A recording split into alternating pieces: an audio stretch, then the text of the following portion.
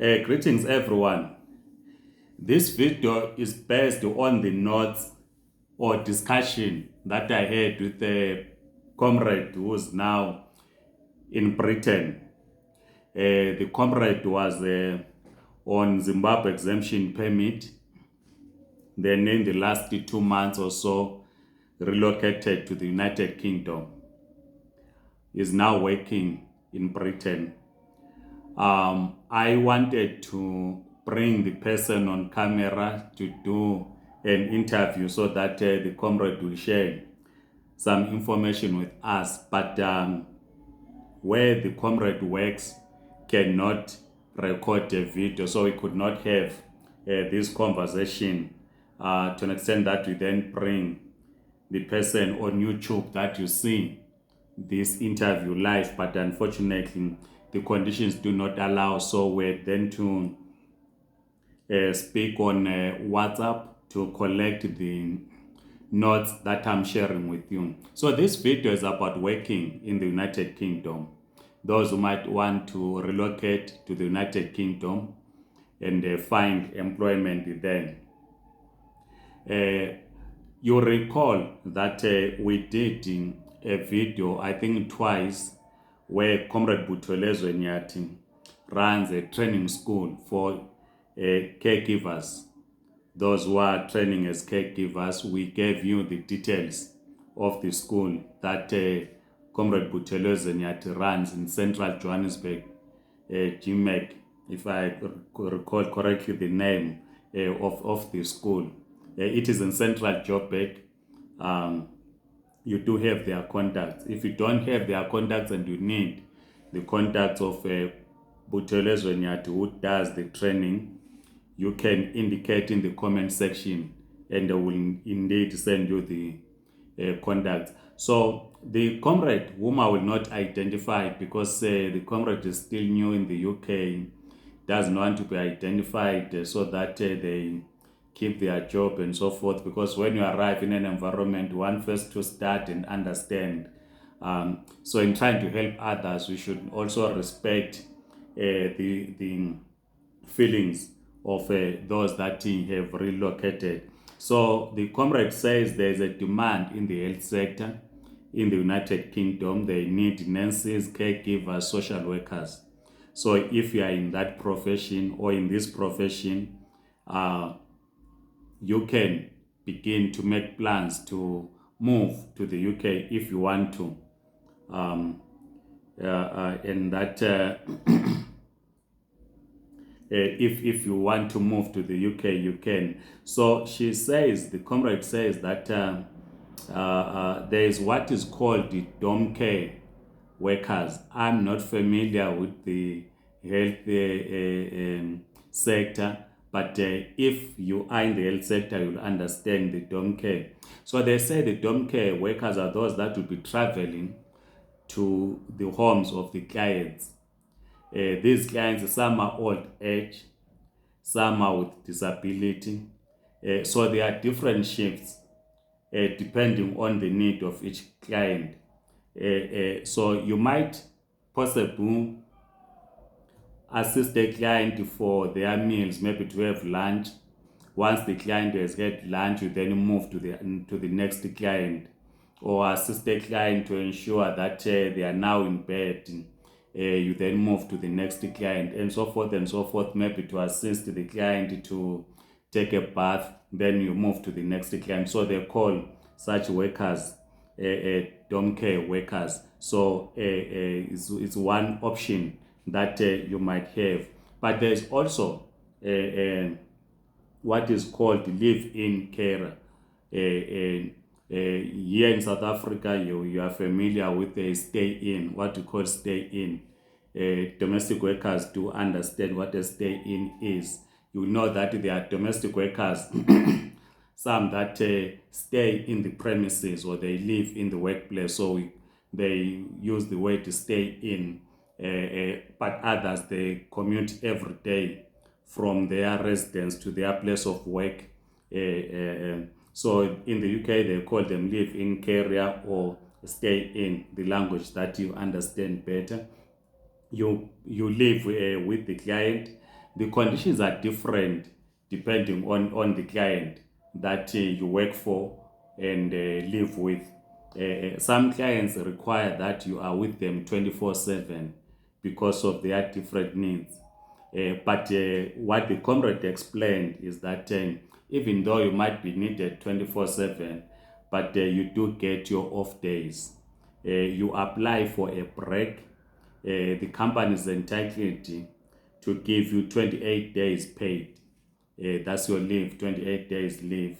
You're entitled to that, and you can have 11 days leave unpaid depending on your contract. So you have your 28 days paid leave and 11 days unpaid leave. That is dependent on your contract.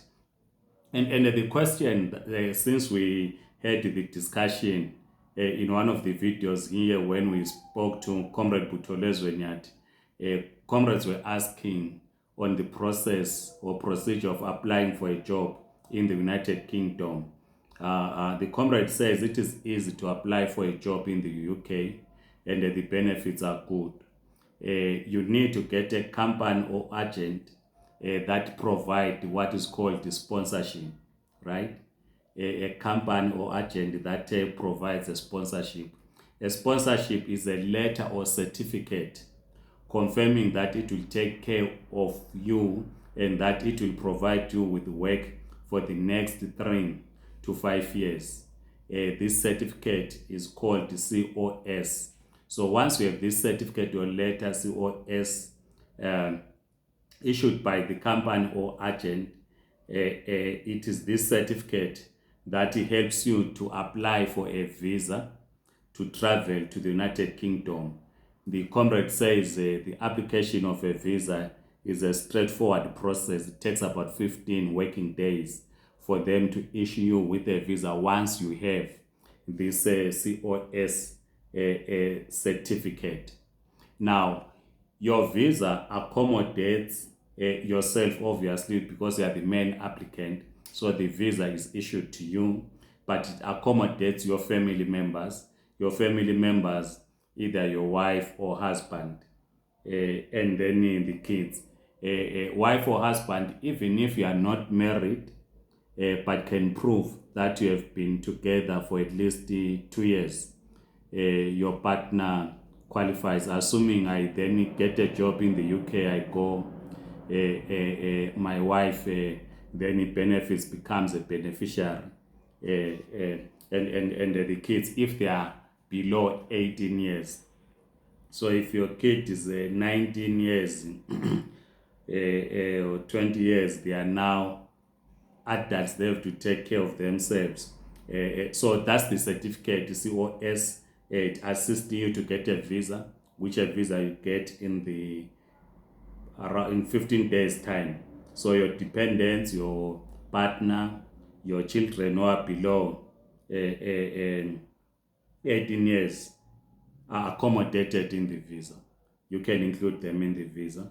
And then the requirements for a job is that you must have a caregiver certificate.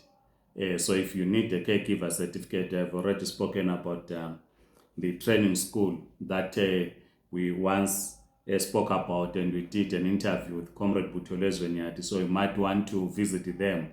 I've said you can get their contacts from us. If you need their contacts, write in the comment section. So you need to have a caregiver certificate as the requirement. You need to have a police clearance. In the case of a ZEP holder who is in South Africa, you have lived in 2 countries, you will need a police clearance from Zimbabwe and from South Africa. But if you are in Bulawayo or you are in Harare, you have only lived in 1 country, just get a Zimbabwean police clearance. If you are a South African, you have never lived in any country, you just need a police clearance from South Africa. But if you are a migrant in South Africa, you are from Lesotho, you are from Malawi, you are from Zambia, you want to travel under this program to the UK for job opportunities, you need police clearance from your country of origin where you lived and where you are currently in, that is South Africa. You then need to write an English test, which consists of 4 components. I think this English test is easy. And so I'm told, and I believe it is easy because it has 4 components. The first component of the English test is to test your command of the language, your speaking, so the command of your language. So if you yeah, a good communicator in English, you can communicate, I'm using English. So I will already pass the first component because it's about your command of English. I hope I'm not I'm not breaking the Queen's language. So that's the first component that you need. And the second component, your listening skills. When someone communicates, you listen and you get the instructions on what is communicated to you. Yeah, the things that have been communicated to you. So it's your listening skills to understand what is communicated to you. That's the second component. And the third component is your ability to write the language, because in some cases you might need to write some reports. So that's what they test you, your ability to write. And the fourth component, so no, there are 3 components because it's a speaking, or that is your command of the language, listening, writing. That's what I got. I might have missed the fourth component, but this should not be difficult. I will get it, the fourth component. Then you must pass this test with grade 4. So your pass should be grade 4. Once you get a job, you need to have some experience, but some do not care. Even if you do not have experience, they will train you, but you must have an understanding of the job. Remember, you're a caregiver, you're a nurse, you must have an understanding of the job. But the recommendation, some would recommend that they need the 6 months experience if you have been in the job for 6 months. But some, even if you do not have the experience, but you have these requirements that I've spoken to, they will take you and train you, but they will need at least 2 formal references. So in your application, they will need 2 formal references.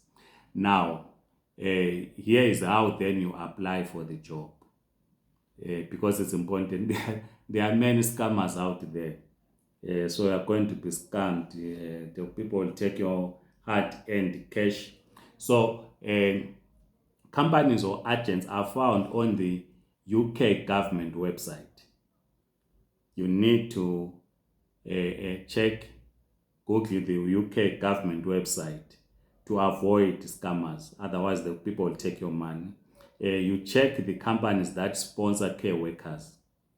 You might need to verify the company, even though it is if a company is listed in that website, it is said to be authentic. But you have just to double check, because there are many scammers out there. So what is important is you must check whether the website that you are in indeed is not a fake one. It is a government website. So the key thing, therefore, you have checked the government website, you apply, look for companies, you apply. Maybe you can apply in about 15 companies or so. Once you then get the certificate, you get your visa. Before you depart from OR International Airport to the UK, already you have a job. You are not going to the UK to look for a job. Already you have a job, you are employed. They will have told you how much you will be paid before we even leave you at the OR International. On arrival on that side, they will pick you up at the airport, because you know no one, you are just going there maybe for the first time. So they will pick you up from the airport. The company books you in a hotel. Then the next day, it's a work day. You arrive today, tomorrow is work day. You report to the company offices for induction, training. You then need to collect a resident card. Those that are in the UK, they and they are familiar with the resident card. When you get issued with a visa here in Pretoria at the embassy or a consulate, I'm not sure where the UK consulate is. When you get issued with a visa, you get a temporal entry. So you go to the UK, is a temporal entry. On arrival, you produce your visa. The company assists you because you have a visa to then get a resident card. The resident card assists you to open a bank account. So first thing, remember you arrived today, you are booked in a hotel. Tomorrow morning you go to the offices. You undergo induction, training, and so on.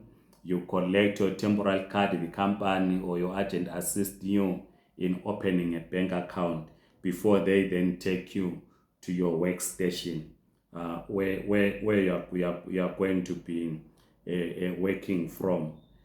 So like I said, that you need to be on guard of the scammers out there. But once you are there, you are familiar now with the place you are working. You are not happy with the company that took you there. I'm told you can change the company and change the visa if you are not happy. If you stay for 5 years in the United Kingdom, this is what I'm told, you get citizenship. You qualify for citizenship if you stay there in the UK. Of course, there are challenges as I'm talking about scammers. There are challenges. There are others in the UK. Because I was talking to a Zimbabwean, you might be from Lesotho, a South African who wants to go there. But because I was talking to a Zimbabwean who was here in South Africa, who has been on ZEP, the comrade says there are Zimbabweans that recruit other Zimbabweans, whether here in South Africa or in Harare, Bulawayo. They promise you a job. They assist you to get to the UK. Say they promise that, as an example, you are paid £10 an hour. You then calculate to say, if I work for 8 hours, £10 per hour, then you think you'll be having money. What they do, because they are the ones that took you to the UK, they then cheat you out of the monies that you have agreed upon. They start deducting from the £10 an hour. Maybe you are not a stay-in person. You travel to work, you have rentals to pay, and now you suffer from stress. So there are others out there that exploit people. Remember, as communists who are against the exploitation of one by the other, of one person by the other. So there are those that do that. The main applicant, that is yourself, that applied for a job in the website, you have visited the UK government website, you have found a company that sponsors, you have applied for a job, you need to stay in that job, in the profession, so to speak, in the profession. This is what I'm told, until the expire of your contract. But your partner, remember, I took my wife along and my dependents, and so my wife can work in any job. Or if you're a lady, your husband goes under you because you are the person that got a job. Your husband can work for any company, can do any job in the UK. So this is what happens. You can work as a driver, can work in the industries, can work any other job. But yourself, you need to stick to the profession that you are under until your contract is over. This is what I'm told. The advice is that it depends. You might want to firstly leave your kids behind so that you familiarize yourself with the new place where you are going to work, and maybe after some few months you can then invite your family to join you.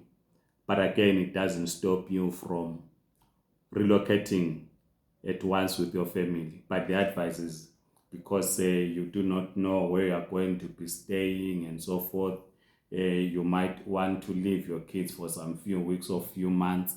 Once you are settled, then you invite your kids. I know that some people that who follow this YouTube channel are in the UK, but even though there are few that follow this YouTube channel, I was analyzing the countries that follow this channel. There are many countries, comrades from many countries follow this YouTube channel, but UK, they are low. I'll check again the numbers that regularly follow. So if you are in the UK, you might share with us your own experiences. Please write in the comment section. If you are intending traveling to the UK, please, you can share your challenges that you are facing, or if you have questions, you can post in the comment section. We will then do a research in terms of responding to your questions. Remember, this is free advice. You are not paying. You are not paying for this research. I simply do this research for you because I love you so much. So I just do this research for you. Don't pay a cent. So write your questions. We will do research for you and they give you this information for free. Then you can travel to the UK if you want to go to the UK. Otherwise, comrades, Aman, goodbye. By the way, sorry, please subscribe to this YouTube channel. It's important that you subscribe and click that notice bell so that when there is a new video, you are able to get a notification. Thank you so much. Aman.